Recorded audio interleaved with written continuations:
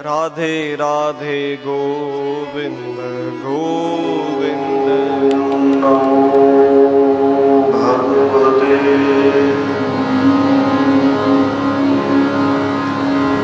वासुदेवाय।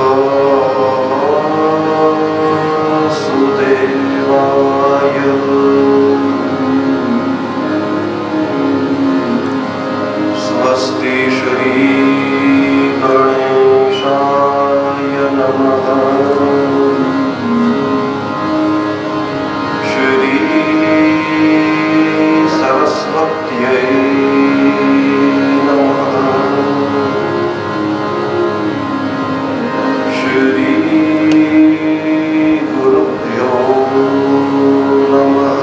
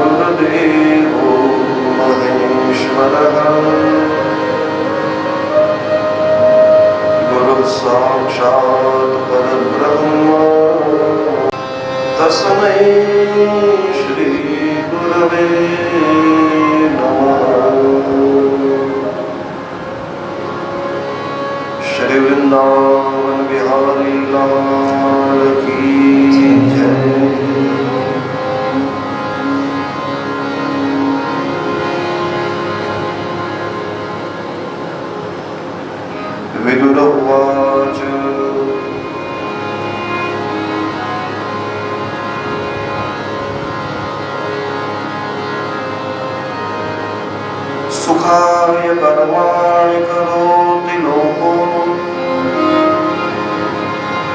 न तहि सुखं वाण्यनुपानं वा विन्देत भूयस्तत एव दुःखम् यदत्र युक्तं भगवान् वदेन्नः जनस्य कृष्णाद् विमुखस्य दैवात् धर्मशीलस्य सुसुदुःखितस्य अनुग्रहायेह चरन्ति नूनम् भूतानि भव्यानि जनार्दनस्य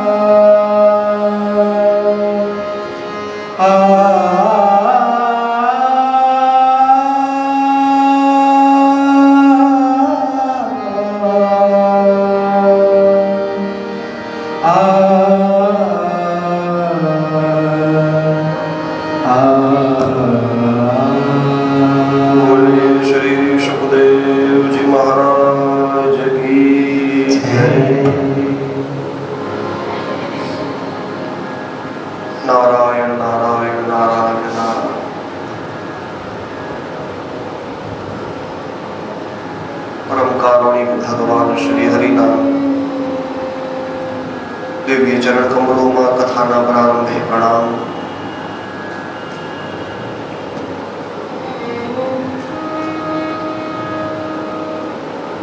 शिवजी ने जटामाथी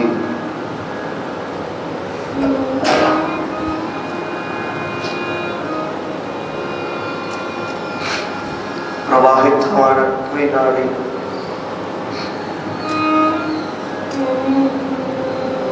मां भगवती गंगा ने प्रणाम।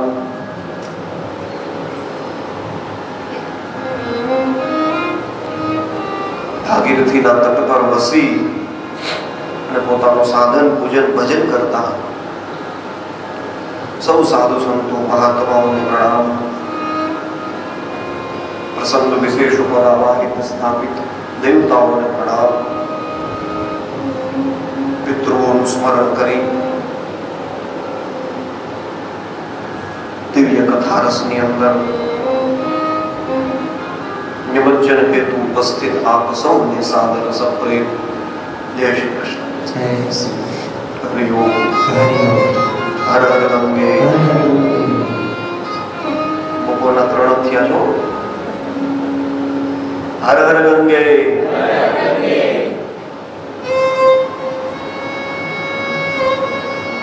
कुदरत ने वातावरण फेरवता વાર ન લાગે।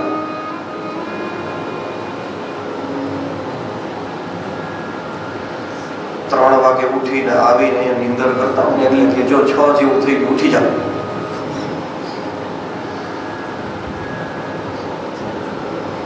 उठ जा मुसाफिर भोर भई अब रैन का जो सोवत है,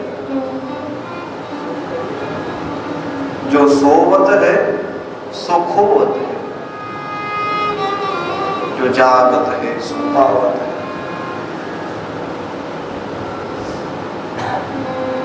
उठ जा मुसाफिर भोर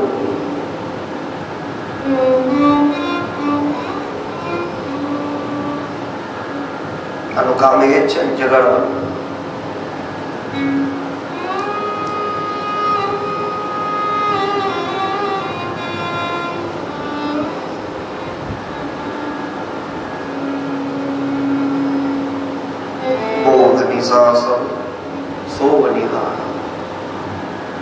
तुलसीदास जी की बधा सुता है केमा मोहनी निशा। ધૃતરાષ્ટ્ર એકલો આંધળો નતો, આપણે બધા છીએ।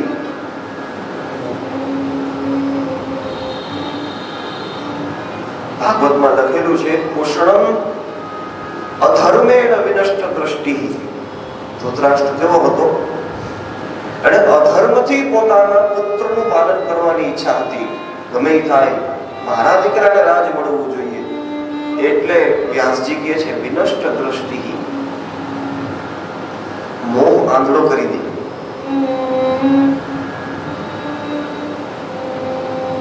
એમાંથી ઉઠાડે, જગાડે. શ્રી કૃષ્ણ ભગવાનનું બાલચરિત્ર આવે ને એમાં કથા આવે. ભગવાન ગોપીઓની ઘરે ઘરે જઈને માખણ ચોરી કરે. પછી ગોપીઓ યશોદા પાસે ફરિયાદ લઈને આવે. યશોદાને કે તારા લાલાએ મારા ઘરે માખણની ચોરી કરી. યશોદા કે એને ચોર ના કે.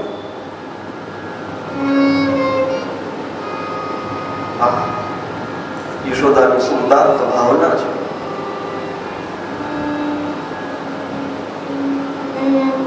એને ચોર ના કે. તમે તારી ઘરેથી એક લોંદો માખણનો લઈ ગયો, ખાઈ ગયો, કઈ વાંધો નહીં, મારી ઘરેથી બે લઈ જાય.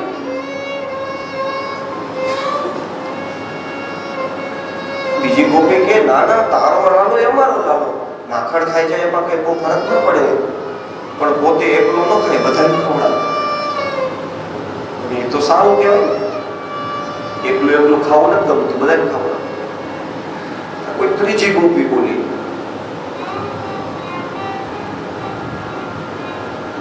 છોકરાઓ સૂતા હોય ખાટલામાં, એની વાળની ચોટી ખાટલાની વાળની એને બાંધી અને પછી એને જગાડી બીવડાવે. છોકરું બીકમાં ઊભું થવા જાય, વાળ ખેંચાય ને રડવા માંડે.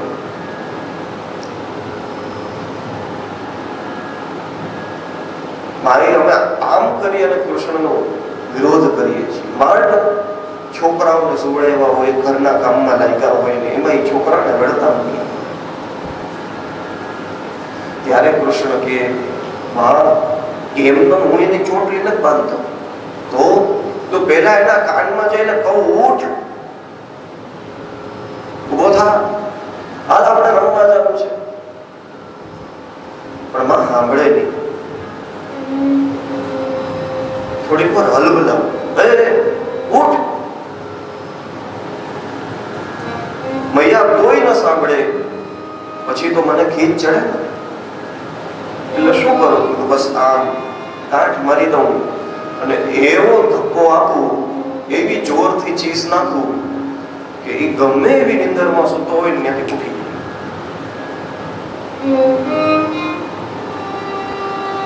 આમ આ કથાના માધ્યમથી એ આપણા કાનમાં આવે. કૃષ્ણ કે ઉઠ, ક્યાં સૂતો છો? જા જા.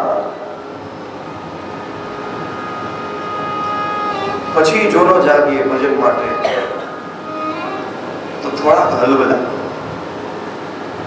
થોડું ઘણું નુકસાન થાય, થોડી ઘણી જીવનની પરિસ્થિતિઓ એવી વળાંક લે, ત્યારે અનુભવ કરાવે કે હવે તો ભજન કર, હવે તો સમય આવ્યો. અને પછી ન જાગીએ તો પછી ધક્કો મારે. પછી તો જગાવીને જ છૂટકો, બાકી નથી.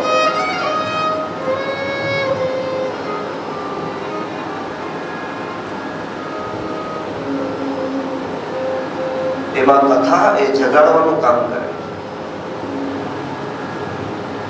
મોહનિશામાં સુતેલા આપણે સૌ એમાંથી જાગીએ અને ભજન તરફ પ્રેરાઈએ, એના માટેનું કામ છે.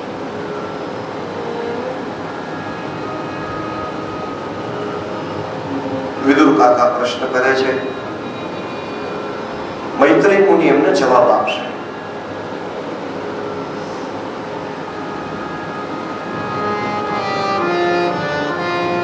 સુખાય કર્માણિ કરોતિ લોકો ન તે સુખમ વાન્યદુપારમં વિંદેત ભૂય इत्यस्तत एव दुःखम् यदत्र युक्तं भगवान् वदेन्नः। विदुर काका ने कई समस्या હતી ભાઈ, આપણે કથા જોઈ ગયા કે અંતિમ સમયે ભગવાન શ્રી કૃષ્ણએ એમને યાદ કર્યા હતા અને વિદુર કાકાને ભગવાનના વિરહની સમસ્યા હતી. ભગવાનના વિરહમાં કેમ રહેવું એ સમસ્યા હતી. એ આત્મબોધ મેળવવા માટે થઈ અને વિદુર કાકા મૈત્રેય ઋષિ પાસે જાય છે. એવી કથા આપણને ખબર છે. અને પ્રશ્નોત્તરી થાય એની અંદર વિદુર કાકાના પ્રશ્નની સામે મૈત્રેય મુનિ એમને બોધ આપે. તો કઈ સમસ્યા છે ભાઈ? આત્માને કષ્ટ પહોંચ્યું છે કે ભગવાન મને મૂકીને વયા ગયા. અને વિદુર કાકાએ કયો પ્રશ્ન પૂછ્યો ખબર? સુખાય કર્માણિ કરોતિ લોકો ન તૈ સુખમ વાન્યદુપાદમમ્મા. હે મહારાજ, આ સંસાર સુખ માટે કર્મ કરે છે, એને સુખ તો મળતું નથી, ઉલટાનું દુઃખ પ્રાપ્ત થાય. લ્યો ક્યાં વાત પહોંચી? પ્રશ્ન કયો હતો, સમસ્યા કઈ હતી અને પૂછાણું શું? કીધું કે આ બધાય આ મહાનુભાવો એ લોક કલ્યાણ માટે ફરતા હોય છે. એ જ સમસ્યા. વિઠ્ઠલા રંગ રંગ પાંડુરંગ રંગ વિઠ્ઠલા, ઓ રંગ રંગ પાંડુરંગ રંગ વિઠ્ઠલા, રંગ રંગ પાંડુરંગ રંગ વિઠ્ઠલા. રૂકમિણી સમેતા પંઢરીનાથ, રૂકમિણી સમેતા પંઢરીનાથ, રૂકમિણી સમેતા પંઢરીનાથ, રૂકમિણી સમેતા પંઢરીનાથ, પંઢરીનાથ, પંઢરીનાથ, ઓ પંઢરીનાથ, પંઢરીનાથ. રંગ રંગ પાંડુરંગ રંગ વિઠ્ઠલા, રંગ રંગ પાંડુરંગ રંગ વિઠ્ઠલા, ઓ રંગ રંગ પાંડુરંગ રંગ વિઠ્ઠલા, રંગ રંગ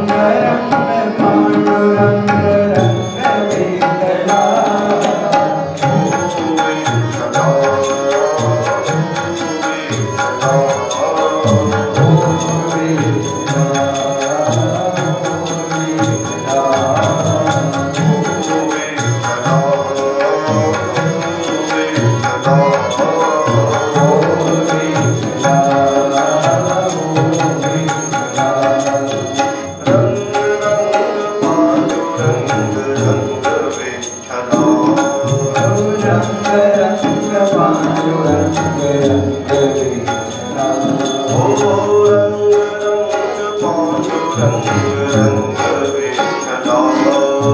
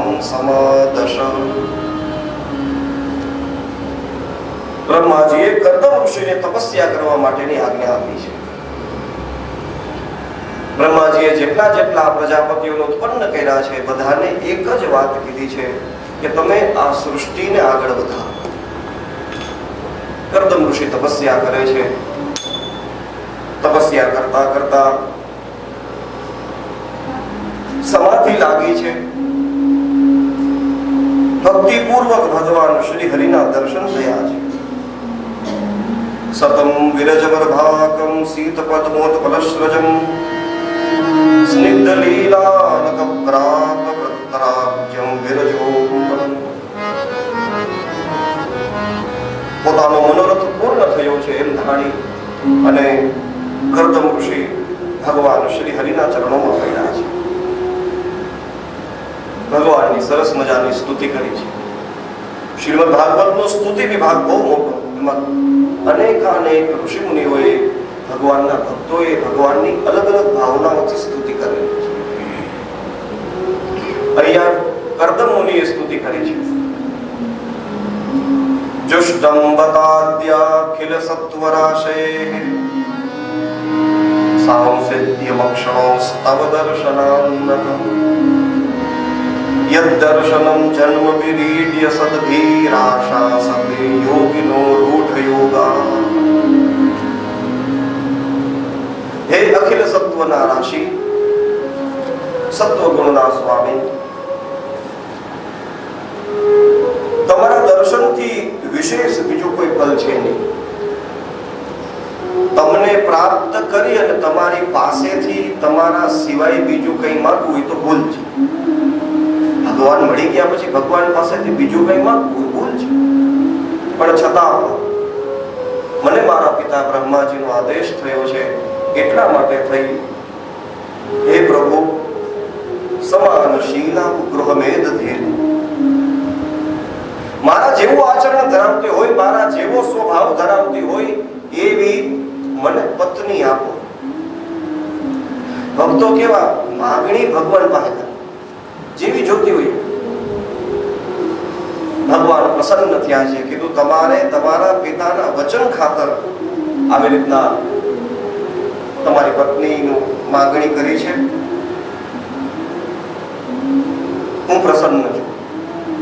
આજથી ત્રીજે દિવસે મનુ મહારાજ અને શત્રુપા રાણી પોતાની વચલી પુત્રી દેવહૂતિને લઈને આપની પાસે આવશે.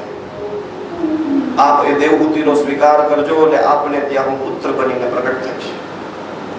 વરદાન આપીને ગયા છે. ભગવાનના કહ્યા પ્રમાણે મનુ અને શત્રુપાએ પોતાની પુત્રીના વિવાહ કર્દમ ઋષિની સાથે કર્યા છે. રાજપુત્રી છે મનુ મહારાજની દીકરી દેવહૂતિ, અને જેવા તેવા રાજાની, પૃથ્વીના પહેલા રાજાની દીકરી. મનુ મહારાજ તો આદિ મનુષ્ય છે, એની દીકરી, અને ઋષિ પત્ની બની. હવે રસોડું ક્યાં છે એ દેખાયું નથી, અને કર્દમ ઋષિ તપસ્યામાં બેસી ગયા. આંખો બંધ કરીને ભગવાનના ધ્યાનમાં લાગી ગયા છે. અને હવે કીધું, હવે રાજકુમારી જે હતી એ ઋષિ પત્ની બની અને પોતાના પતિની સેવા કરે છે. આજુબાજુમાંથી સફાઈ કરે, દરરોજ નવા પુષ્પ ધરીને પોતાના પતિની સેવા કરે, આશ્રમની બધી જવાબદારીઓ સંભાળે. કે છે આમ કરતા કરતા દેવહૂતિ માતાનું શરીર સુકાવા માંડ્યું. કારણ કે આટલી બધી પ્રેક્ટિસ, આટલી બધી મહેનત કોઈ દી કઈ પિતાના ઘરે તો કરી ન હોય. રાજપુત્રી હતી, હજારો દાસીઓ એની આજુબાજુમાં ફરતી હોય, અને અહીંયા તો કોઈ નહીં, એકલા એકલા બધું કામ કરવું પડે. અને જેના હારે તાંતણું બંધાણો છે એ તો સમાધિમાં બેઠા, તો બીજા કોની હારે વાતચીત કરે, કોને પૂછે, કોને મળે? પણ તોય નહીં, મારા પતિનું આ આશ્રમ છે, એની દરેક પ્રકારની જવાબદારીઓ મારી છે એમ સ્વીકાર કરીને બેઠી છે. અનેક વર્ષો પછી કર્દમ ઋષિએ આંખો ખોલી, દેવહૂતિ માને જોયા. અરે દેવી, આવી હાલત તમારી, મને ક્ષમા કરો, હું તો ભૂલી જ ગયો હતો કે આપણા વિવાહ થયા છે. આમ અત્યારના જમાનામાં થાય તો બીજેથી બિસ્તરા પોટલા લઈને ઘેર આવતી ગઈ. પણ દેવહૂતિ માતાને પોતાના સ્વામી કર્દમની તપસ્યા ઉપર ભરોસો છે.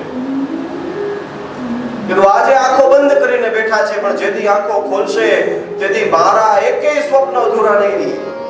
આનામાં એટલી તાકાત છે. એવી સેવા કરી. અને થયું પણ એવું કરદમ ઋષિ પ્રસન્ન થયા છે. કરદમ ઋષિએ આશીર્વાદ આપ્યા. તુષ્ટોહમદ્ય તવ માન વિમાનદાયા શુશ્રૂષયા પરમયા પરયા ચ ભક્ત્યા યો દેહિનામ મયમતીવ સુહૃત્સ્વદેહો નાવેક્ષિતઃ સમુચિતું ક્ષપિતું મદર્થે. હે દેવી, હું તમારી ઉપર પ્રસન્ન થયો છું. માગો, વરદાનમાં શું જોઈએ? અને બીજું, આ જે તપસ્યા કરી છે આનું ફળ તમને પ્રાપ્ત થાય. કારણ કે મારા આશ્રમની વ્યવસ્થાઓ તમે સંભાળી છે, નિસ્વાર્થ ભાવે તમે સેવા કરી છે. અરે, મનુષ્યને સૌથી વધારે વાલો પોતાનો દેહ હોય. આપણે કહીએ તમને દીકરા અને દીકરીઓ બધું વાલું, બધું સાચું, પણ માણસને પોતાના શરીર જેટલું કઈ વાલું ન હોય. માથું દુખતું હોય તો ઈનું ઈ દીકરા અને દીકરો ન ગમે. એ આને કોકાઈથી આગા લઈ જાઓ. માણસને સૌથી વધારે વાલો પોતાનો દેહ છે કે જો એ દેહ પણ તમે મારા માટે કુરબાન કરી દીધો, તમે એનું ધ્યાન નથી રાખ્યું. માગો, તમારું શું વરદાન છે? દેવહૂતિ માતા હાથ જોડીને પ્રાર્થના કરે, હે સ્વામી, તમારા જેવા પતિ જેને પ્રાપ્ત થયા હોય એને શું બાકી હોય? પણ છતાં પણ આપણે ગૃહસ્થ આશ્રમની અંદર છીએ, તો પછી ગૃહસ્થ આશ્રમ ધર્મનું પાલન પણ કરીએ. આપના પિતાજી બ્રહ્માજીએ પણ રજોત્પત્તિ માટે થઈને આપણે મારી સાથે વિવાહ કરવાનું કીધું. સંતાન કરદમ ઋષિએ એવી શરત રાખેલી કે દેવહૂતિને ત્યાં એક પુત્ર થશે એટલે હું સંન્યાસ લઈ લઈશ. કરદમ ઋષિએ ગૃહસ્થ આશ્રમ ધર્મનું પાલન કર્યું છે. હવે જુઓ આની શક્તિ. કામગ નામનું વિમાન તૈયાર કર્યું જેની અંદર 8 માળ છે. વિમાન અને એની અંદર દરેક પ્રકારની સુખ સામગ્રીથી પરિપૂર્ણ બધી તૈયારીઓ છે. દેવહૂતિ માતાને કીધું, હવે આની અંદર રમણ કરીએ. દેવહૂતિ માતાએ પોતાના શરીરની ઉપર દ્રષ્ટિ કરી કે આ શરીર કયા ભોગ ભોગવવા માટે સક્ષમ નથી. તો કઈ વાંધો નહીં, આ સરોવરની અંદર સ્નાન કરો, તમારું શરીર એવું સશક્ત બની જશે. અને પછી કરદમ ઋષિએ દેવહૂતિ માતાની સાથે વિહાર કર્યો છે. નંદન ને પુષ્પભદ્ર ને ચૈત્ર રથ ને આ બધા દેવતાઓના બગીચાઓ છે, ત્યાં ફરવા લઈ ગયા. આ હનીમૂનની શરૂઆત અહીંથી થઈ. આપણે તો લઈ જઈને ક્યાં લઈ જાય? આ જો દેવતાઓના સ્વર્ગોના બગીચાઓ હતા, એની અંદર માતા દેવહૂતિને ફેરવી છે. અને એમ કરતા કરતા ઘણો સમય વ્યતીત થતા 9 દીકરીઓ ઉત્પન્ન કરી. દીકરીઓનો જન્મ થયો એટલે કરદમ ઋષિએ કીધું કે દેવી, હવે હું જાઉં. અને એ સમયે દેવહૂતિ માતા હાથ જોડીને પ્રાર્થના કરે છે કે સ્વામી, આ 9 દીકરીઓ છે, આપનું વચન બરોબર કે સંતાનની ઉત્પત્તિ થાય એટલે હું ગૃહસ્થી છોડી દઈશ, પણ આ દીકરીઓને યોગ્ય જગ્યાએ પરણાવવી એના બાપની જવાબદારી છે. અને બીજું, આ દીકરીઓ તો પરણીને પોતાના ઘરે જાતી રહેશે, પછી મારા માટે કોણ? તમે સંન્યાસ લઈ લ્યો તો હું કોના આધાર ઉપર જીવું? મહારાજ એક પુત્ર. એ સમયે ભગવાનનું વચન યાદ આવ્યું છે. થોડી વખત ફરીથી રમણ કર્યું છે અને ભગવાન કરદમ ઋષિના તેજ દ્વારા માતા દેવહૂતિથી પ્રગટ થયા છે. બોલીએ શ્રી કપિલ નારાયણ ભગવાન કી જય. કપિલ બનીને પ્રગટ થયા. બ્રહ્માજી આવ્યા છે. કપિલ ભગવાનની સ્તુતિ કરે છે કે તમે સાંખ્ય શાસ્ત્રનો વિસ્તાર કરશો, તમારું નામ કપિલ એવું પડશે. અને બ્રહ્માજી એકલા નથી આવ્યા, પોતાની હારે પોતાના પ્રજાપતિઓ પુત્રોને લઈને આવ્યા છે. બ્રહ્માજીને 10 દીકરાઓ, મરીચી, અત્રિ, અંગિરા વગેરે. અને આ બાજુ નજર નાખી 9 દીકરીઓ છે. બ્રહ્માજી મનોમન વિચાર કરે, એકને કોકને ના પાડવી પડશે. 9 પ્રજાપતિના લગ્ન 9 દીકરીની સાથે થાય, એકને ના પાડવી પડે. હવે બ્રહ્માજી મૂંઝાણા, કોને ના પાડવી? કે છે બ્રહ્માજીની આ મૂંઝવણ નારદજી સમજી ગયા. એટલે નારદજીએ કીધું કે આ સ્પર્ધામાં હું છું જ નહીં. મેં પોતે મારી રીતે રાજીનામું લઈ લીધું. અને એટલે બ્રહ્માજીને બીજા બધાય પ્રજાપતિઓ કરતા નારદજી વધારે વાલા છે. પિતાના મનની અંદર શું સમસ્યા છે એનું સમાધાન કરી દીધું. નવે નવ પુત્રોને લઈને આવ્યા છે બ્રહ્માજી, અને નવે નવ દીકરીઓના વિવાહ કરદમ ઋષિએ એ નવ પ્રજાપતિઓની સાથે કર્યા છે. અને પછી પોતાના જે પુત્રના શરણે ગયા, કારણ કે ભગવાન પરબ્રહ્મ પોતે એની ઘરે પ્રગટ થયો છે, તો બીજા કોની આગળ પ્રાર્થના કરવા જાય, બીજા કોને એ પ્રણામ કરવા જાય? એકાંતની અંદર કપિલ મુનિ અને કરદમ ઋષિ બેઠા છે, અને એવા સમયે કરદમ ઋષિએ પોતાના પુત્રની પ્રાર્થના કરી છે. અહો ભાવચ્યમાનાનામ નિરયે સ્વૈરમંગલૈઃ કાલેન ભૂયસાનૂનમ પ્રસિદ્ધંતિ દેવતા બહુજન્મ વિપક્વેન સમ્યક યોગ સમાધિના દ્રષ્ટુમ યતન્તે યતયઃ શૂન્યાગારેષુ યત્પદમ સદેવ ભગવાન અદ્ય હેલનમ ન ગણય્યનઃ ગૃહેષુ જાતો ગ્રામ્યાણામ યસ્માનામ પક્ષપોષણમ. પ્રાર્થના કરે છે કે આવી રીતના પાપોથી, પોતાના કરેલા અમંગળ કર્મોથી નરકની અંદર ભોગ ભોગવતા મનુષ્યોના ઘરે ઝાઝા સમય પછી ક્યારેક વળી કોક દેવતા પ્રસન્ન થાય છે, અને એથી વિશેષ અનેક જન્મોના પાપ ભોગવી યોગ સમાધિઓ દ્વારા મોટા મોટા યતિજનો પણ એકાંતમાં ક્યારેક તમારા ચરણના દર્શન કરી શકે છે. અને એવા તમે, હે પ્રભુ, અમારામાં યોગ્યતા છે કે નહીં એ જોયા વગર અમારી ઘરે તમે પુત્ર બનીને પ્રગટ થયા છો. એટલે મને એવું લાગે છે યહ સ્વાનમ પક્ષપોષણ, તમે તમારા ભક્તોનો પક્ષ ખેંચવા વાળા છો, એટલે તો તમે આજ મારી ઘરે પ્રગટ થયા. હે પ્રભુ, મને કઈ ઉપદેશ આપો. તમે તો તમારું વચન સત્ય કરવા માટે થઈને મારે ત્યાં પુત્ર બનીને પ્રગટ થયા છો, અને મને દિવ્ય ઉપદેશ આપો. ભગવાને કીધું, મારે તો ભાઈ મારી માં દેવહૂતિને નિમિત્ત બનાવીને સાંખ્ય શાસ્ત્રનો ઉપદેશ કરવાનો છે. તમે તો મારું ભજન કરતા કરતા, મારું સ્મરણ કરતા કરતા વનની અંદર જાઓ, તપસ્યા કરી અને તમે મને પ્રાપ્ત કરશો. કરદમ ઋષિ ભગવાનને પ્રણામ કરીને ત્યાંથી પ્રસ્થાન કરે છે, અને હવે એ કરદમ ઋષિના આશ્રમની અંદર દેવહૂતિ માતા અને કપિલ ભગવાન બંને એકલા બેઠા છે. દેવહૂતિ માતાએ પોતાના પિતાનું સામ્રાજ્ય જોયું હતું, એથી વિશેષ પોતાના પતિનો પ્રેમ જોયો હતો, અને એની હારે આખી દુનિયા ખરીદી, અને પછી આવી અને પોતાના પુત્રના શરણે પડ્યા છે, અને હાથ જોડીને પ્રાર્થના કરે છે.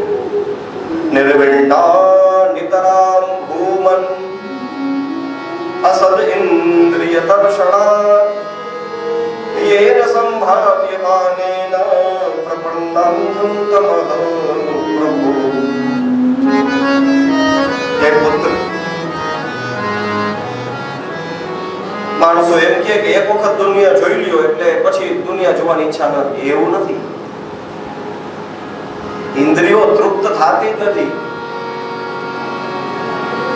અને પોતે દેવહૂતિમાં દીકરા આખી દુનિયા જોઈ લીધી છે મેં, પણ આ અસદ ઇન્દ્રિય દર્શનાત, આ અસદ ઇન્દ્રિયો મને પોતાની તરફ જે ખેંચે છે એનાથી હું બચી શકતી નથી. મને ખબર છે તારા પિતા કરદમ એ યોગી છે, પણ હજી મને એ ઋષિ યાદ આવે છે.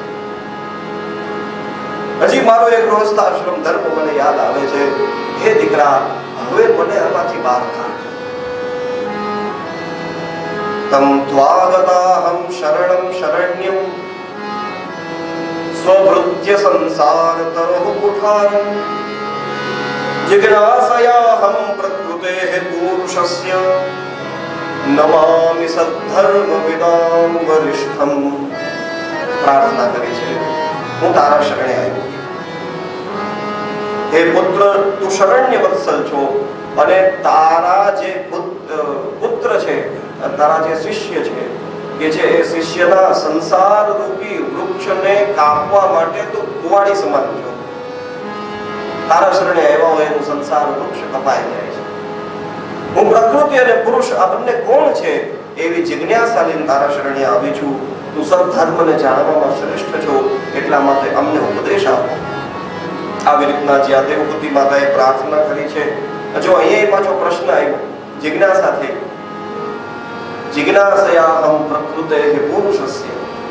પ્રકૃતિ કોને કહેવાય, પુરુષ કોને કહેવાય, એને જાણવાની ઈચ્છા થઈ છે. તો એ સમયે કપિલ ભગવાન પ્રસન્ન ચિત્તે માતા દેવહૂતિને સાંખ્ય શાસ્ત્રનો ઉપદેશ આપે છે.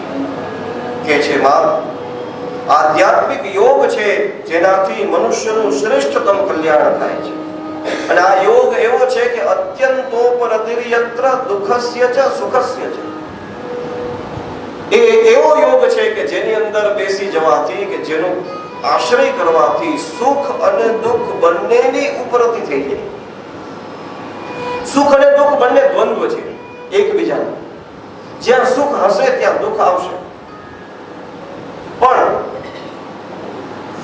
આનંદ શબ્દની વિરોધાભાસ નથી. આનંદ શબ્દનો વિરોધ તમે ન બોલી શકો. માણસને તમે પૂછો તું સુખી છે, તો કે હા, તો એ એક દિવસ દુઃખી થશે, કારણ કે દ્વંદ્વમય દુનિયા છે.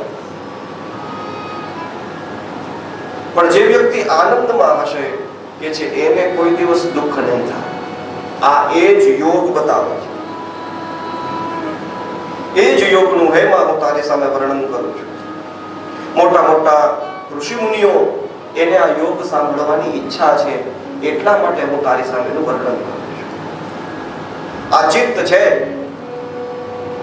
એ જ છે જે સંસારમાં આવે તો બંધાય અને સંતોની સાથે જોડાય તો મુક્ત થાય.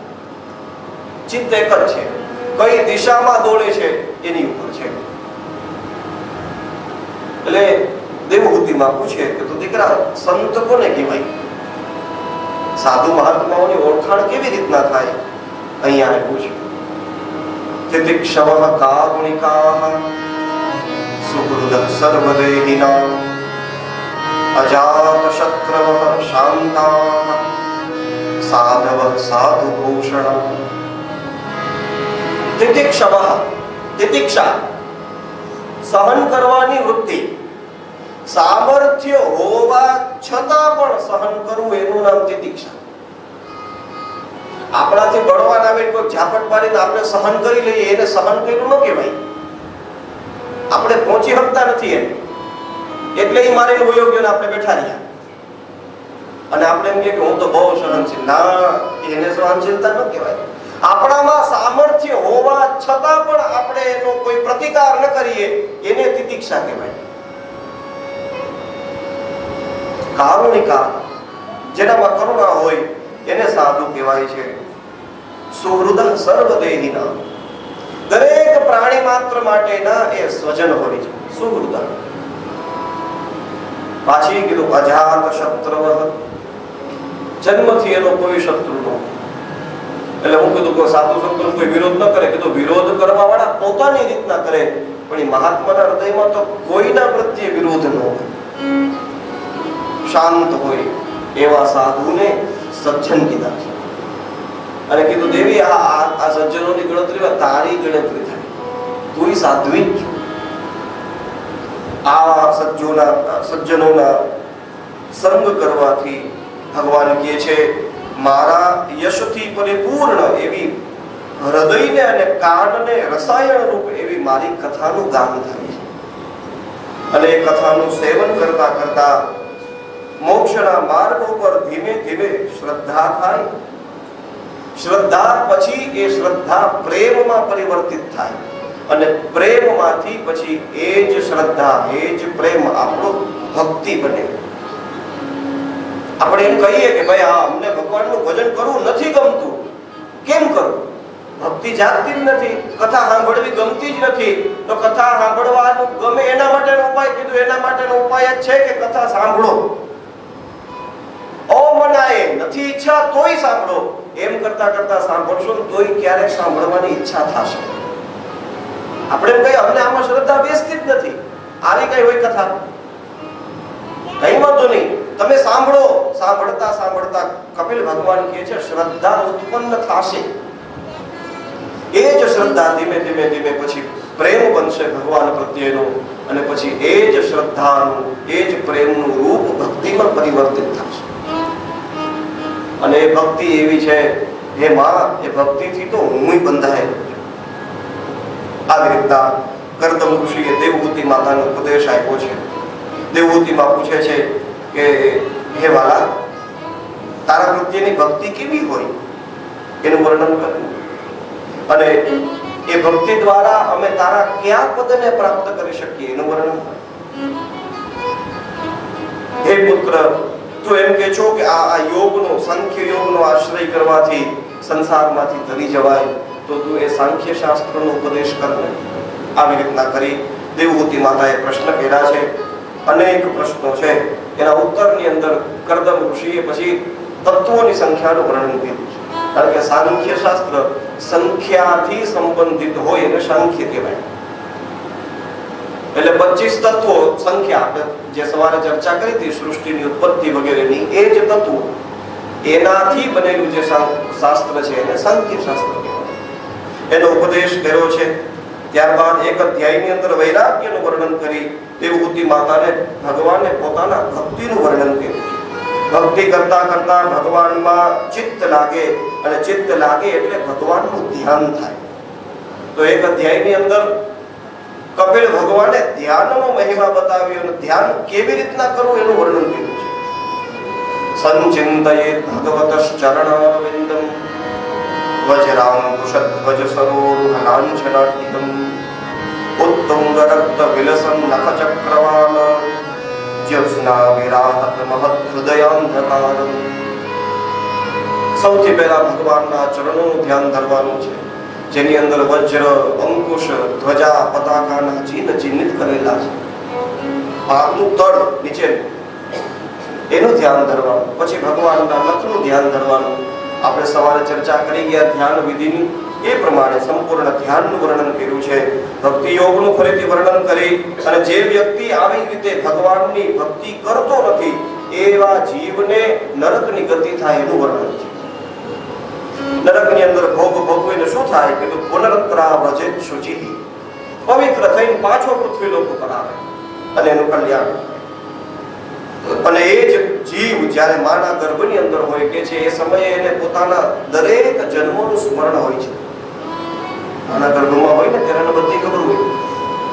હવે એ બાળક માના ગર્ભની અંદર કેમ પડ્યું હોય, હવે તો સોનોગ્રાફીમાં આપણે જોઈ શકીએ. અત્યારે ટૂંટીઓ વાળીને આપણને એક ઓલામાં નાખી દઈએ બેરલમાં, તો ગ્રહ ગઈએ.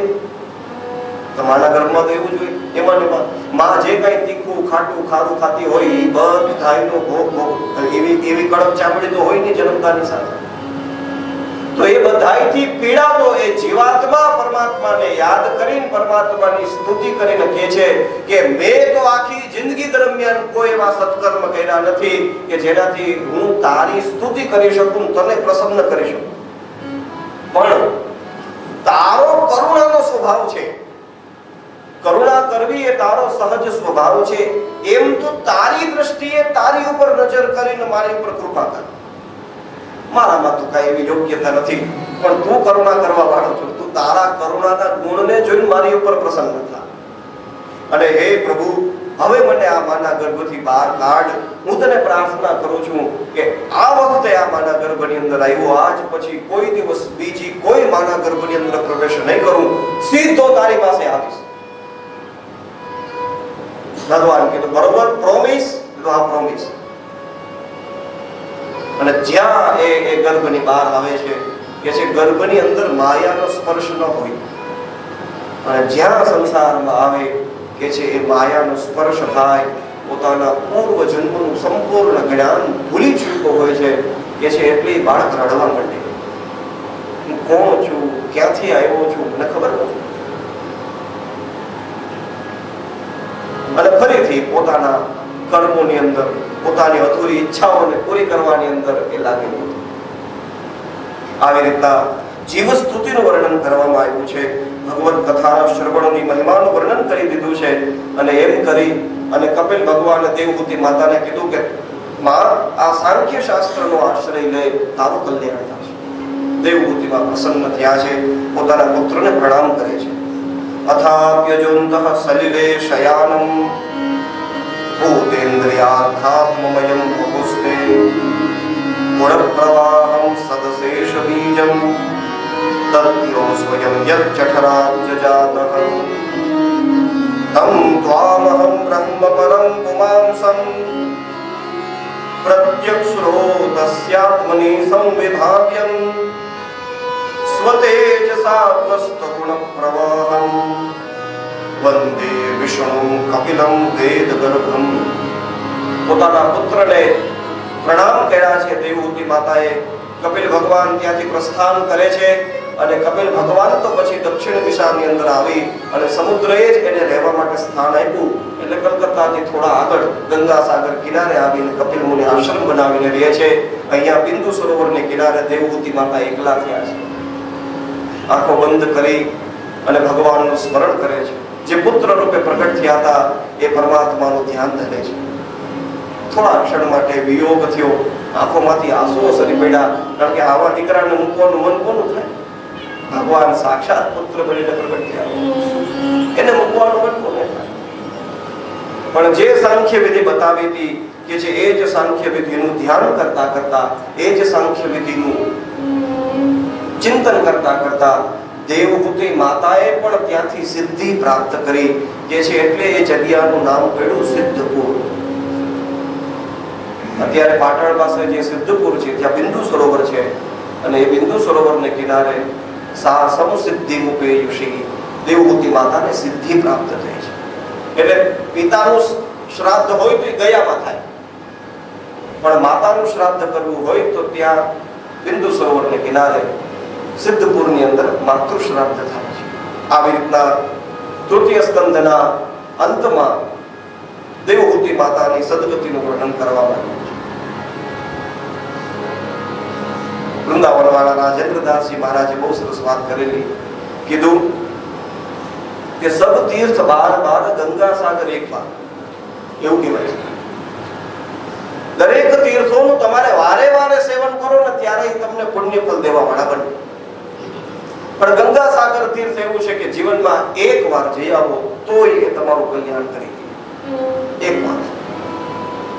બસ એવી જ રીતે ભાગવતના બીજા બધા અધ્યાયો વારે વારે કરે, પણ સાંખ્ય શાસ્ત્રનો જે ઉપદેશ છે, દેવહૂતિ અને કર્દમનો જે સંવાદ છે, એ એક જ વારમાં કલ્યાણ કરે છે. જો ઉતરી ગયું તો. આવી રીતના ત્રીજા સ્કંદની કથાને વિરામ આપ્યો છે. ચોથા સ્કંદની કથાનો પ્રારંભ થાય છે, જેની અંદર મનુ મહારાજની સૌથી મોટી દીકરી આકુતિના લગ્ન એ રુચિ ઋષિની સાથે કરેલા. પુત્રિકા ધર્મનું પાલન કર્યું છે અને રુચિ ઋષિ અને આકુતિને ત્યાં યજ્ઞ અને દક્ષિણાનું જોડકું ઉત્પન્ન નથી.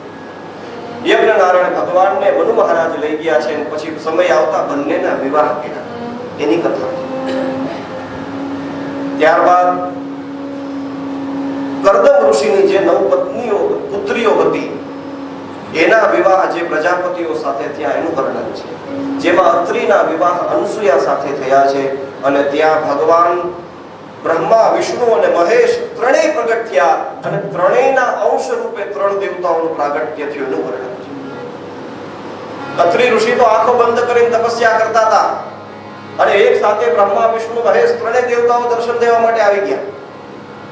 ત્રણેય દેવતાઓએ દર્શન દીધા છે એટલે તરત જ અત્રિ મહારાજે કીધું, વિશ્વોદ્ભવ સ્થિત લયેષુ વિભજ્યમાનૈર માયા ગુણૈર રણયુગમ વિગૃહીત દેહા તે બ્રહ્મ વિષ્ણુ ગિરિશાહ પ્રણતોસ્મ્યહં વઃ તેભ્યઃ એવ ભવતામ ઇહો બહૂતઃ.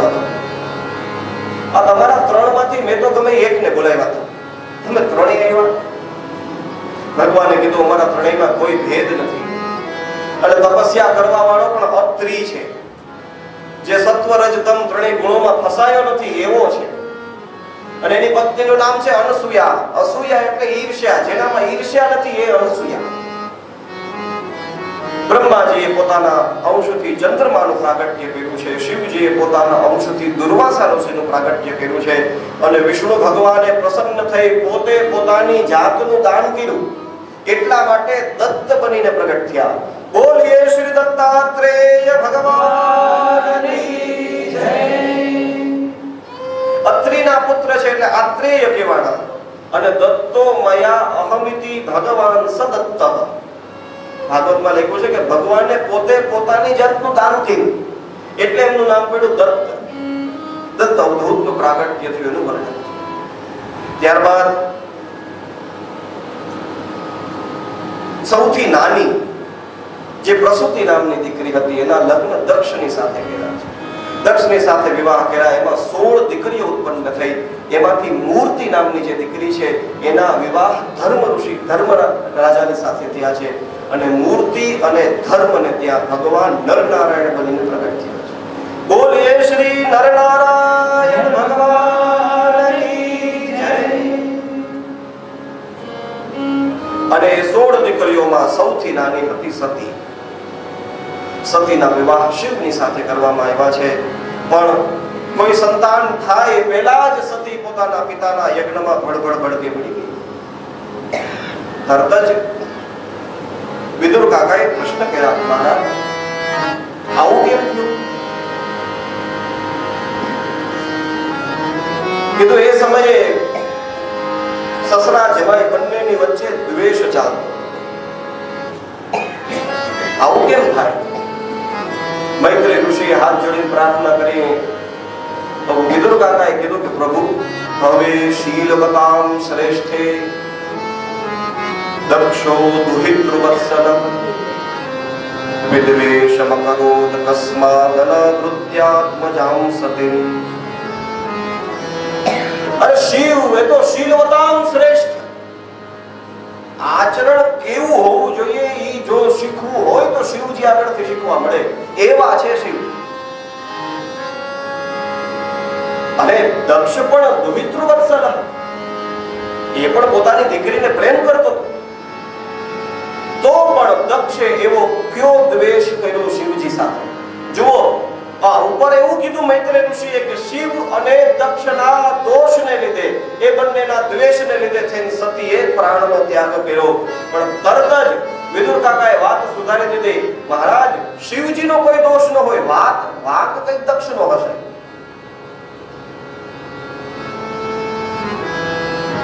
વાક કયો ને, આમાં શું વાક છે, કોનો દોષ હતો? માંડીને વાત કરે છે. આ પ્રસંગને આપણે અહીંયા લઈએ વિસ્તારથી, કારણ કે આપણે એના જ ક્ષેત્રમાં બેઠા છીએ. આ એ જ જગ્યા છે યજ્ઞની કે ક્યાં એ યજ્ઞશાળાની અંદર સતીએ પોતાના દેહનો ત્યાગ કર્યો. આ એ જ જગ્યા છે જ્યાં દક્ષે માથું કપાઈ ગયું પછી હરે હરે હરે હરે કરતા ભગવાનનું સ્મરણ કર્યું. આ એ જ જગ્યા છે જ્યાં દક્ષના યજ્ઞની અંદર દરેક દેવતાઓ ઉપસ્થિત થયા હતા. આ પ્રત્યક્ષ ભગવાન એ પ્રગટ થયેલા છે.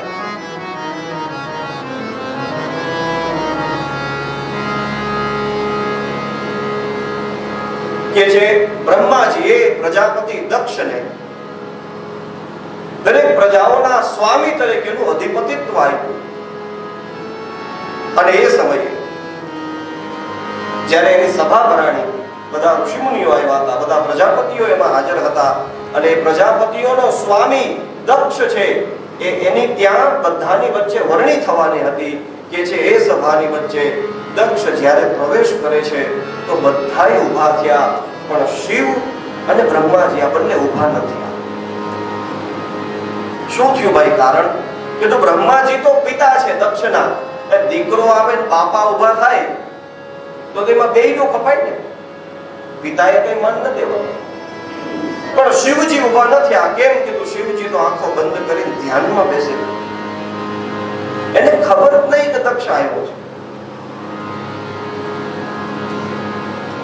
અને દક્ષ તો સભાધ્યક્ષ કહેવાય ને, ચીફ ગેસ્ટ, મેઇન. હવે એનું ભાષણ છેલ્લે હોય અને આ ભાઈ વચ્ચે ઊભો થઈ ગયો. આટલા ઊભા થયા છે એની સામે દ્રષ્ટિ ન પડી, કોણ બેઠું છે ત્યાં દ્રષ્ટિ ગઈ. જે બહુ બુદ્ધિ બુદ્ધિશાળી હોય, જે બહુ તર્કવાદી હોય ને, એની બુદ્ધિ ક્યારે નાઠે એ ખબર ન પડે. દક્ષ છે, દક્ષ એટલે પોતાના કાર્યમાં જે કુશળ છે એનું નામ દક્ષ. એનામાં સામર્થ્ય હતું, એનામાં શક્તિ હતી, એનામાં બુદ્ધિ હતી, એટલે એને પ્રજાપતિઓનો સ્વામી બનાવ્યો. પણ સત્સંગનો અભાવ, એટલે જે બુદ્ધિ એ ભગવાનના ભજન કરવામાં લાગવી જોઈએ, એ જ બુદ્ધિએ શિવ એટલે કલ્યાણનો દ્વેષ કરાવડાય.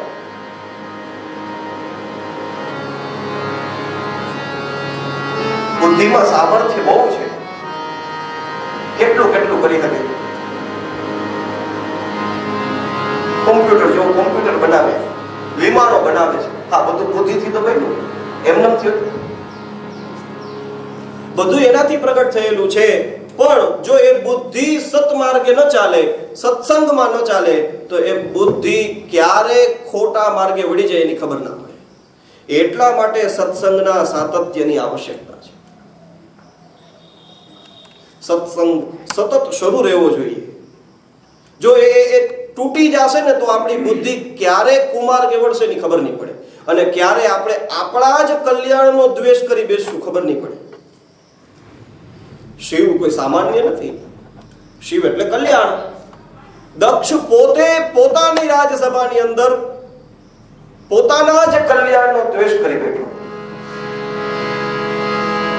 જેમ તેમ બોલવા લાગ્યો છે, કીધું આ શિવજીને કઈ ખબર પડતી નથી. અરે ત્યાં સુધી કીધું મારે તો આની મારી દીકરીના લગ્ન નતા કરવા, આ તો બ્રહ્માજીના કહેવાથી મારે પરણાવી પડી. આવું બોલ્યો છે.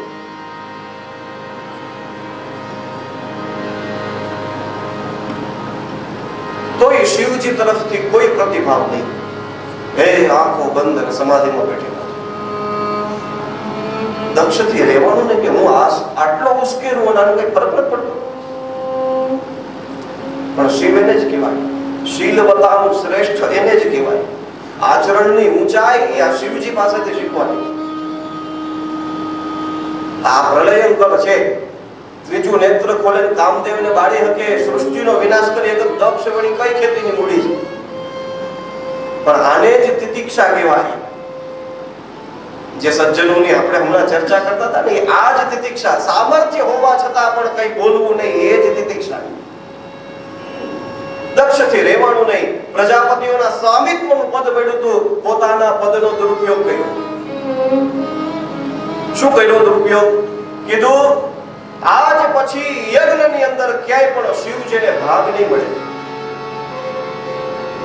ભગવાનને શિવને આપણા યજ્ઞના ભાગથી શું ફરક પડે? આપણે જ કહીએ ને, ચપટી ભભૂત મેહ ખજાના કુબેર કા.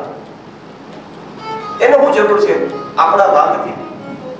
શિવજીએ કીધું ન મળે કાંઈ નહીં, હું તો એ કૈલાસમાં બેઠો મારું ભજન કરું. પણ નંદીથી રહેવાનું. નંદીને ક્રોધ આવ્યો, અમારા સ્વામીનો આટલો અપમાન. નંદીએ ક્રોધમાં આવીને શ્રાપ દીધો છે, હે દક્ષ, જે મુખેથી તે અમારા સ્વામી મહાદેવનું અપમાન કર્યું છે, કે છે તારું એ મુખ પડી જાય. અને જે બ્રાહ્મણો આ સભાની અંદર બેસી શિવજીના અપરાધને સાંભળે છે, કે છે બધાય વેદ રહિત થઈ જાય.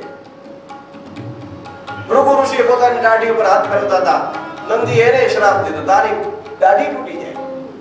કુશા નામના દેવતાઓ હતા, જોર જોરથી હસતા હતા, કીધું તમારા તાર પડી જાય.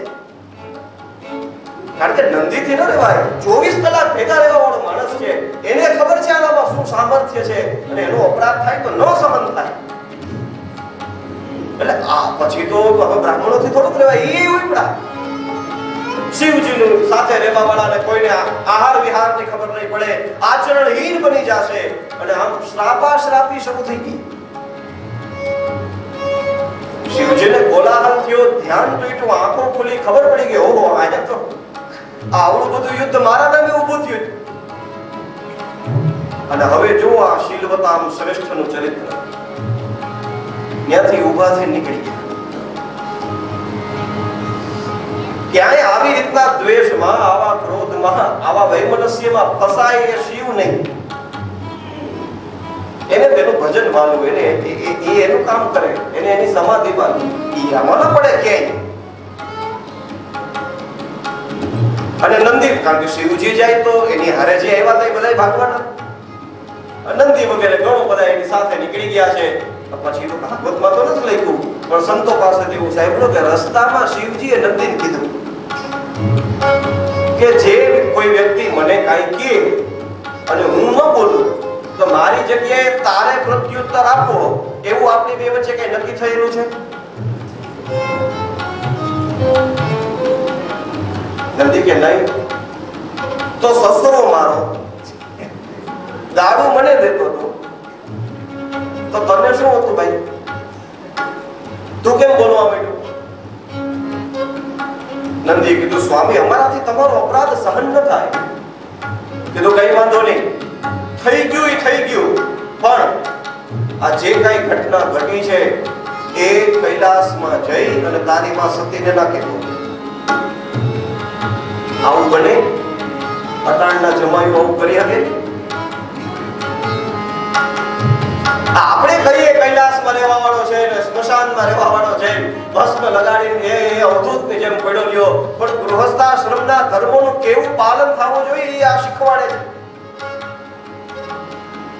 ભગવાને અમથા નથી કીધું વૈષ્ણવાનામ અહમ શંભુ, વૈષ્ણવોની અંદર હું શંભુ છું, શિવ છું, એમને નથી કીધું. આચરણથી સિદ્ધ થાય છે.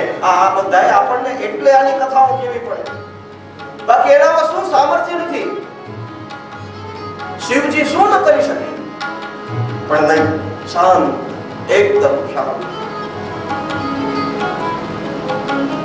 આવી ગયા કૈલાસની અંદર અને ભનક પણ ન પડવા દીધી સતીને કે તારા પિતાના આ સભાની અંદર મારું આટલું અપમાન થયું છે. કેમ કીધું? બાર હડકતું હોય ત્યાંથી લાકડું ઉપાડીને આપણે આપણા ઘરને ન હળગાવાય. સમજવાની વસ્તુ છે. તમને તમારા વિશે તમારા પડોશી આવીને કહી જાય તો તમારે એનું મનાય કે તમારા ઘરનાનું મનાય?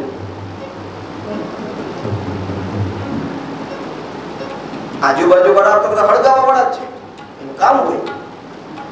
મંથરાને હું ભાઈ, મંથરાને હું મળવાનું હતું? ભરત રાજા બને કે રામ રાજા બને, એ તો દાસી જ રહેવાની હતી ને, એને હું મળવાનું? તો પછી એનું હડકતું લઈને કઈ કઈ પોતાના ઘરમાં નાખ્યું. કોનું ઘર બેડ્યું? એનું બેડ્યું. શિવજીએ કીધું કે અમારો જે દ્વેષ થયો એ ભલે થયો, હવે મારે એ જે દ્વેષ થયો છે એને મારા ઘરમાં નથી નાખવો, એમાં એ ભેગું ન થવું જોઈએ. સતીને કઈ કીધું નથી. પણ આ બાજુ દક્ષે ના પાડી દીધી કે યજ્ઞમાં ભાગ નહીં મળે કે છે, એટલા માટે થઈ અને યજ્ઞો બંધ થઈ ગયા. કારણ કે શિવજીને ભાગ દીધા વગર યજ્ઞ કરવો કેમ? પ્રજાપતિ દક્ષને એમ થયું કે બધા ડરી ગયા છે, લાય હું જ યજ્ઞ કરું. અને એક યજ્ઞ કર્યો. શિવજીના ભાગ વગર યજ્ઞ થયો, હે શાંતિથી પરિપૂર્ણ થઈ ગયો. બધા દેવતાઓ પોતાનો ભાગ લઈને સ્વર્ગમાં વયા ગયા. પણ દક્ષને નીંદર ન હતી. કીધું આ તો શિવને હલાવવા માટે થઈ, એને દેખાડવા માટે થઈને જ યજ્ઞ કર્યો. મારે તો એને ક્રોધ અપાવવો છે, એના માટે યજ્ઞ કર્યો. કારણ કે હું આટલું બોલ્યો, આટલું ખીજાણું તો એને કઈ ફરક નથી પડ્યો. આવો શ્રાપ દઈ દીધો તો એને કઈ ફરક નથી પડ્યો. એના વગર યજ્ઞ પૂરો કરી દીધો તોય શિવજીને કઈ ફરક નથી પડ્યો. પછી દક્ષથી રહેવાનું નહીં, બૃહસ્પતિ સવનામનો બીજો યજ્ઞ કર્યો છે. અને આ વખતે તો હવે કૈલાસને હલાવે. પોતાની બીજી બધી દીકરીઓને લેવા માટે વિમાન મોકલા અને બધાને કીધું તમારે છે કૈલાસ ઉપરથી ફરી ફરીને આવવાનું. અહીંયા શિવ અને સતી બે બેઠા છે કૈલાસની અંદર. શિવજી ભગવાનની કથા કરે છે, સતી ભગવાનની કથા સાંભળે છે. જે છે એવામાં ઓલા વિમાનની ઘરેરાટી સંભળાવી. હવે આ સતીની બીજી બધી બહેનો ઉપરથી જાતી હતી ને, એ લોકોએ કીધું કે અમે તો પિતાજીના યજ્ઞમાં જઈએ છીએ, તારે નથી આવું, તને આમંત્રણ નથી. અરે અમને તો જો લેવા માટે વિમાન મોકલ્યું, તને લેવા માટે કાંઈ નહીં. સતીએ વિચાર કર્યો કે આવી રીતના શુભ પ્રસંગમાં જે સૌથી વધારે વાલું હોય ને એ જ ભૂલાઈ જાય. એટલે કદાચ હું ભૂલાઈ ગઈ હોઈશ. શિવજીની સામે પ્રાર્થના કરે છે, સ્વામી, મારા પિતા બહુ મોટો યજ્ઞ કરે છે અને પિતાના ઘરે જવાની મારી ઈચ્છા છે, અને એટલું જ નહીં, તમે ભેગા આવો, કારણ કે આપણે ત્યાં જશું, યજ્ઞ થતો હશે, થોડી ઘણી ભેટ સોગાદો આપણને મળશે. દલીલો કરે સતી. કીધું પિતાનું ઘર હોય, ગુરુનું ઘર હોય, ભગવાનનું મંદિર હોય, ત્યાં જવા માટે કઈ કોઈના આમંત્રણની જરૂરિયાત ન પડે ને, ગમે ત્યારે જવાય. એમ મારા પિતા કદાચ મને આમંત્રણ દેતા ભૂલી ગયા હોય તો આપણે ત્યાં જઈએ તો મારા પિતા આપણું સ્વાગત કરશે. હવે આવી રીતના જીદ પકડી સતી. ત્યાં સતીની જીદ પકડાડીને એ સમયે શિવજીએ કેવું કર્યું? તો દેવી, ચાવામાં કલ્યાણ નથી થતું. કેમ? કીધું જે તે સમયે આ પ્રજાપતિઓની સભા હતી એની અંદર મારાથી થોડોક અપરાધ થઈ ગયો. જો હજી એમ નથી કહેતા દક્ષની ભૂલ છે, અને એને લીધે થઈને તારા પિતાએ મારી હારે દ્વેષ કર્યો છે, અને એ આ દ્વેષ વધારે પાકે, આ દ્વેષનું ફળ વધારે વિફરે એના માટે થઈને જ આ યજ્ઞ કર્યો છે. તું જો અત્યારે ત્યાં જઈશ તો તારી મૃત્યુ થશે. મારું કેવું માનને ન જા. અને હવે તો સતીથી રહેવાય નહીં હો. સતી વિચાર કરે, મારા પિતાને મનાવું, મારા સ્વામીને મનાવું. એને તો બે વાલા હોય ને, એનો શું વાક હતો? દક્ષ અને શિવજી વચ્ચે જે થયું હોય, પણ એમાં સતીનો શું દોષ? એટલે થોડીક વાર પોતાના ગુફાની અંદર જાય, થોડીક વાર પાછા બહાર નીકળે, પાછા અંદર જાય, પાછા બહાર નીકળે. શિવજીએ કીધું તારે જવું હોય તો જા દેવી, પણ હું તને કહું છું, તું જાઈશ તો તારું કલ્યાણ નહીં થાય. સતીથી રહેવાનું નહીં, ક્રોધમાં નીકળી ગયા. જો હવે શિવજીનું ચરિત્ર જુઓ. આવી રીતના વાત માયના વગર ઘર છોડીને નીકળી ગયા તો પછી શિવજીને ક્રોધ આવવો જોઈએ કે નહીં? એમ થાય મારું કીધા વગર, મારું માયના વગર તો હોય ગઈ. પણ નહીં, અહીંયા ક્રોધ ન થાય. શિવજીએ નંદી વગેરે ગણોને બોલાવે, કીધું જાઓ તમે તમારી માની હારે જાઓ. કેમ? કીધું મારે દક્ષની હારે દ્વેષ છે. સતી તો એની દીકરી છે, અને સતી એકલી જો દક્ષના યજ્ઞમાં જશે તો લોકોને એમ થશે કે શિવજીની હારે વિરોધ કરીને આવી છે. પણ આ નંદી વગેરે ઘણો બધા ભેગા હશે ને તો એમ થશે કે શિવજીએ સંમતિ આપી અને જો પોતાના અનુચરોને સાથે મોકલ્યા છે એમ કરીને સતી આવી છે. સતીનું માન એના ઘરમાં જળવાઈ રહે એનું ધ્યાન શિવજી રાખે છે. આવું ચરિત્ર છે શિવ, એટલે એને મહાદેવ કહેવાય. સતી આવી છે. હવે વિચારો, રસ્તામાં સતીને કેવો પ્રેમ થાય શિવ પ્રત્યે. કીધું હું એનું માયના વગર, એને પૂછ્યા વગર નીકળી ગઈ છું, તોય એને પોતાની અનુમતિની સાથે આના અનુચરોને મારી હારે મોકલ્યા છે. આનું કેટલું મહત્વ હશે? સતી આવે પિતાના યજ્ઞની અંદર, એની માએ એનો પ્રેમથી સ્વીકાર કર્યો, બહેનોએ બોલાવી, પણ કહે છે કે દક્ષે વિરોધ કર્યો. એટલું જ નહીં, દક્ષે યજ્ઞમાં બેઠેલા બધા ઋષિમુનિઓને બધાને કીધું, જો તમે સતીને બોલાવશો તો હું તમારી હારે નહીં બોલું, તમને યજ્ઞનો ભાગ નહીં મળે. સતી પોતાના ઘરે જઈને જુએ છે, ખબર પડી ગઈ આમાં શિવજીનો કોઈ દોષ નથી, આ દોષ મારા પિતાનો. યજ્ઞશાળાની વચ્ચે આવી છે. હા, છે ભદ્રકાળી. સતી કોઈ સામાન્ય નથી. ગર્જના કરતી હોય એમ કહેવા લાગી, હે પિતાજી, આ જેટલા દેવતાઓને તમે આહુતિઓ આપો છો ને, બધા દેવતાઓ પોતાનું કલ્યાણ થાય એના માટે થઈને દરરોજ સવારે કૈલાસમાં આવી અને મારા સ્વામીને ચરણે પડે છે. અત્યારે આવ્યા છે ને તો એવા પગે લાગીને આવ્યા છે. અરે જેનું શિવ એટલું નામ માત્ર લેવાથી પણ માણસનું કલ્યાણ થઈ જાય, અને તમે એનો દ્વેષ કરીને બેઠા. આમ તો જે પોતાના સ્વામીનો અપરાધ થતો હોય, જો તમારામાં સામર્થ્ય હોય તો એનું માથું ધડથી અલગ કરી દેવું જોઈએ, એની જીભ ખેંચી લેવી જોઈએ. મારામાં સામર્થ્ય છે, હું કોઈ સામાન્ય નથી, હું શક્તિ છું, પણ અત્યારે હું તમારા પુત્રી તરીકે પ્રગટ થઈ છું. આ સમયે જો હું તમારી જીભ ખેંચી લઉં, તમને મારી નાખું તો સમાજ એમ કહેશે કે દીકરીએ એના બાપની હત્યા કરી. આ લાંછન મને ન લાગે. એટલે કીધું હજી એક ઉપાય એવો છે કે આ સ્થાન છોડીને હું વહી જાઉં. જો આ યજ્ઞશાળા છોડીને હું અહીંથી નીકળી જાઉં અને પાછા કૈલાસમાં જાઉં અને કૈલાસની અંદર એક વખત મને શિવ એમ કહીને બોલાવો, આવો દાક્ષાયણી, આવો દક્ષિણા દીકરી, એમ તમારી સાથે જોડાયેલું આ મારું શરીર છે, એટલા માટે મારે હવે મારા શરીરની સાથે તમારો કોઈ સંબંધ ના જોઈએ, એમ કરી અને યોગ અગ્નિવાળા સતીએ પોતાના શરીરનો ત્યાગ કર્યો છે. આખું શરીર બળબડ ભડકે બળવા લાગ્યું છે અને પછી તો દંડી વગેરે ગણોને ક્રોધ ચડ્યો. યજ્ઞની અંદર જેમ તેમ મારફાડ કરવા લાગ્યા છે કે છે એવામાં ભૃગુ ઋષિએ ઋગુ નામના દેવતાઓને પ્રગટ કર્યા અને એ લોકોએ નંદી વગેરે ગણોને ભગાડી દીધા. સતીએ પોતાના પ્રાણોનો ત્યાગ કરી દીધો. આ બાજુ શિવજી તો સમાધિમાં બેઠા છે. નારદજીએ આવીને વાત કરી, મહાદેવ ગજબ થઈ ગયો, શું થયું? કીધું સતીએ પોતાના પ્રાણોના ત્યાગ કર્યા છે અને આ પ્રલયંકરને ક્રોધ આવ્યો, જટાની એક લટ પરથી ફેંકી વીરભદ્રને ઉત્પન્ન કર્યો છે અને કીધું જાઓ દક્ષમ સયજ્ઞમ જહિમત ભટાનમ, દક્ષને એના યજ્ઞની સહિત વિધ્વંસ કરો. વીરભદ્ર ફરીથી નંદી વગેરે ગણોને લઈને આવ્યો છે. આખે આખા યજ્ઞનો વિધ્વંસ કર્યો. નંદીએ જેટલા શ્રાપ દીધા હતા એ બધા શ્રાપને પાકા સિદ્ધ કર્યા અને છેલ્લે દક્ષનું માથું કાપી જે યજ્ઞની અંદર આહુતિ આપતો તો એની અંદર હોમી દીધું. ત્યાંથી બધા ભાગી. આટલું બધું એ જ થોડા ક્ષણોમાં થઈ ગયું. બધા વિચાર કર્યા કે શું થઈ ગયું. દેવતાઓ જે આહુતિઓ લેવા માટે આવ્યા હતા, કોકના હાથ ભાંગી નાખ્યા, કોકને માથે પાટા પીંડા આવ્યા, કોકના પગ ભાંગી નાખ્યા. પછી તો દેવતાઓ બધા હાથ જોડીને શિવજી બ્રહ્માજીની પાસે ગયા. બ્રહ્માજીને જઈને પ્રાર્થના કરે, હે બ્રહ્મદેવ બચાવો બચાવો. શું થયું? કીધું અમે યજ્ઞમાંથી આવીએ. અરે આ તમારી સ્થિતિ જોઈને તો એવું લાગે કે તમે યુદ્ધમાંથી આવો છો.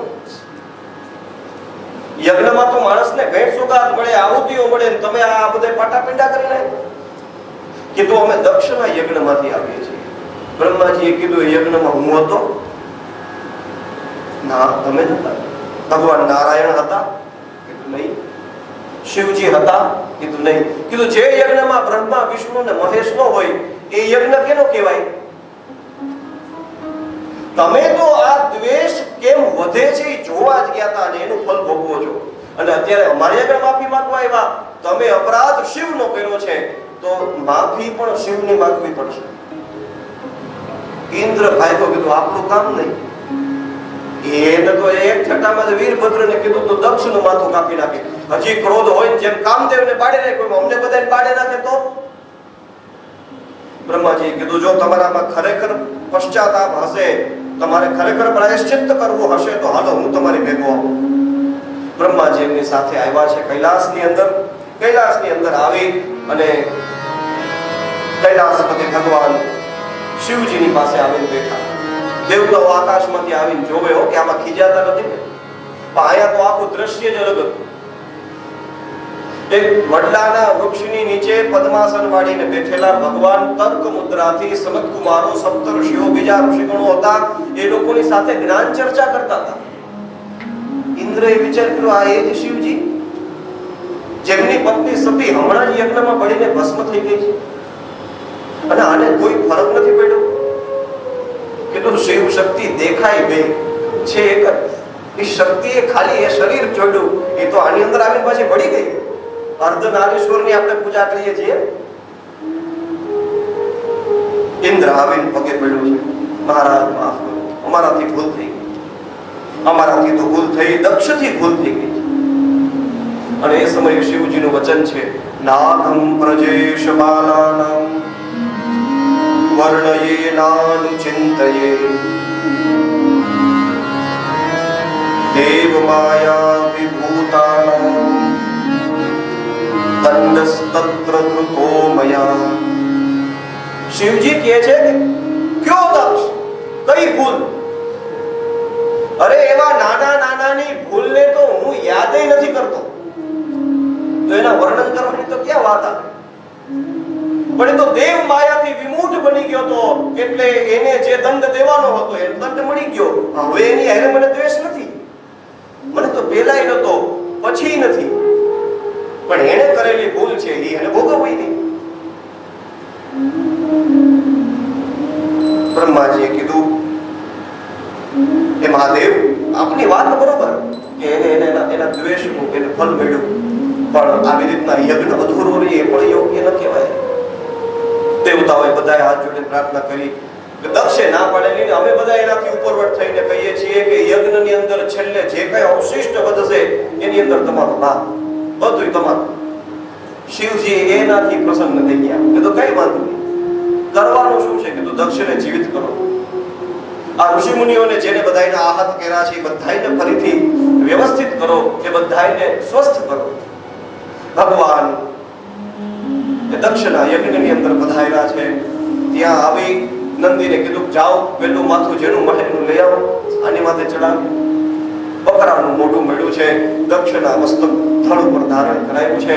પછી ભૃગુ ઋષિને દાઢી પાછી ઝીણી ઝીણી ઉગાડી. ઉષા નામના દેવતાઓ હતા, એમને કીધું કે તમારે તો હવે દાંત તો નહીં આવે, પણ કીધું યજ્ઞના યજમાનો જે પ્રસાદ ગ્રહણ કરશે એનાથી તમારી તૃપ્તિ થશે, એવું વર્ણન છે. આવી રીતના બધાને ફરીથી પોતાની સંજીવની દૃષ્ટિથી પુનર્જીવિત કર્યા છે.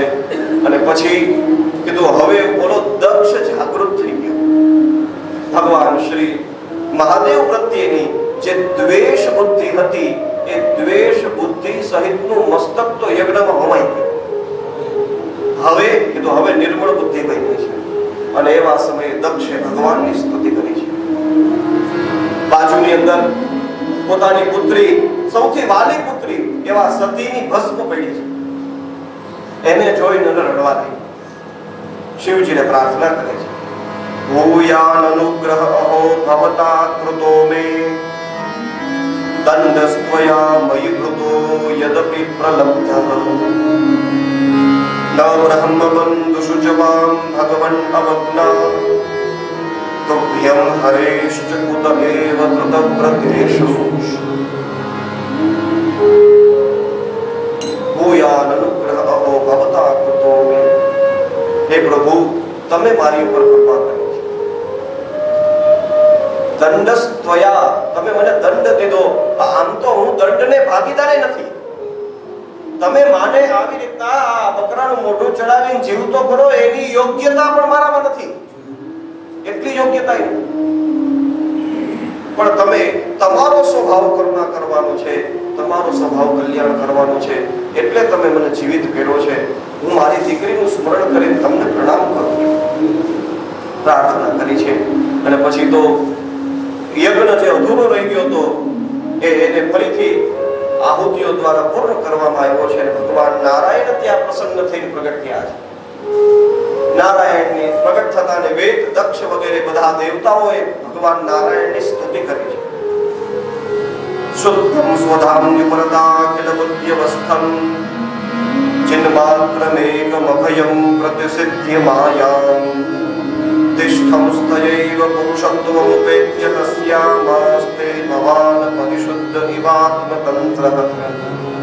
દક્ષે ભગવાનની સ્તુતિ કરી. જો આ જગ્યાની અંદર કોણ કોણ હતું? શિવજી એક સમયમાં હાજર છે, બ્રહ્માજી છે, નારાયણ છે, દક્ષ હતો એને સ્તુતિ કરી.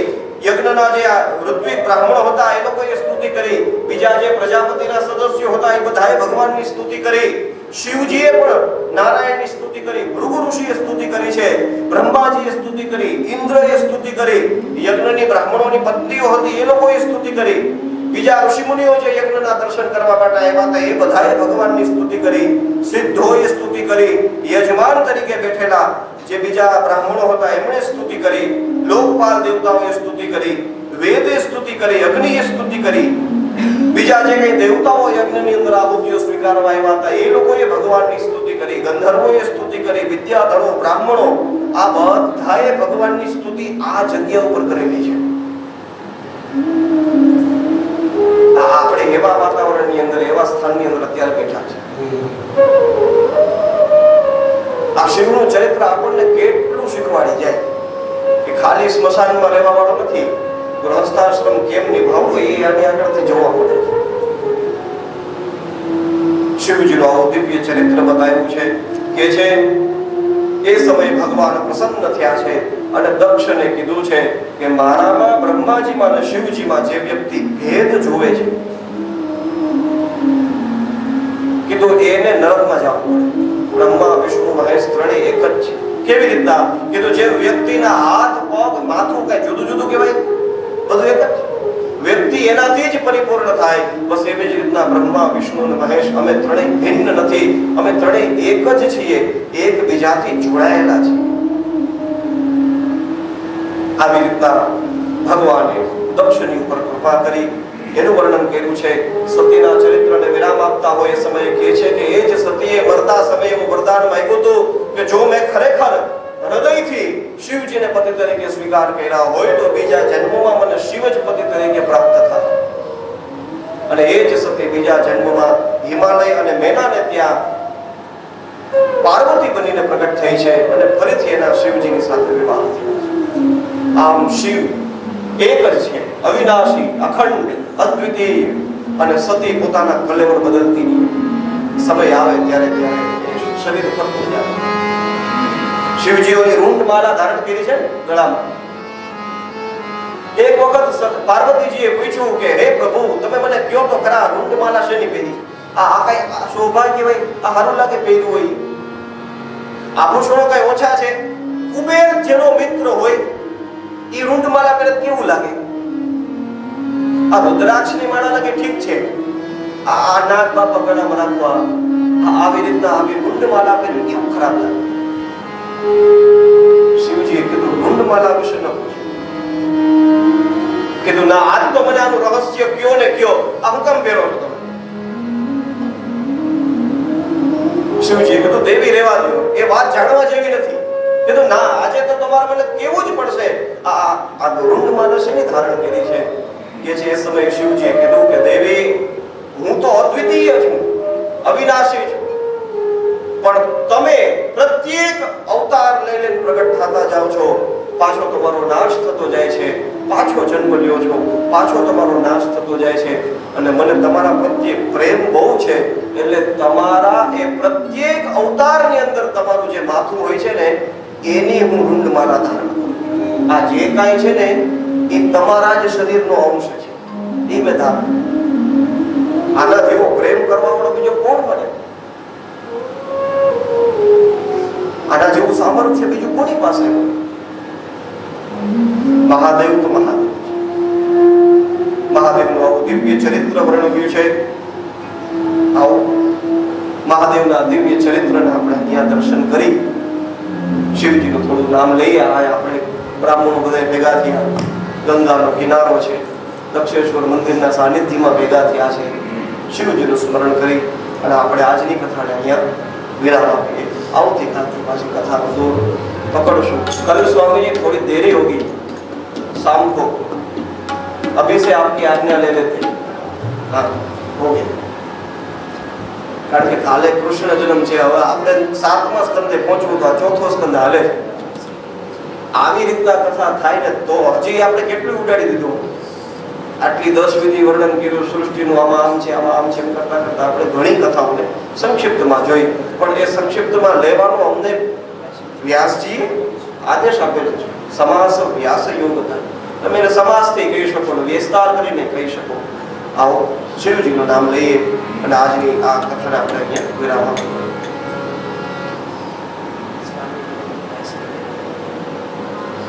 શંભો શરણે પડી માંગો ઘડી રે ઘડી કષ્ટ થાઓ દયા કરી શિવ દર્શન બધાને આપણે પ્રેમથી ગાઓ.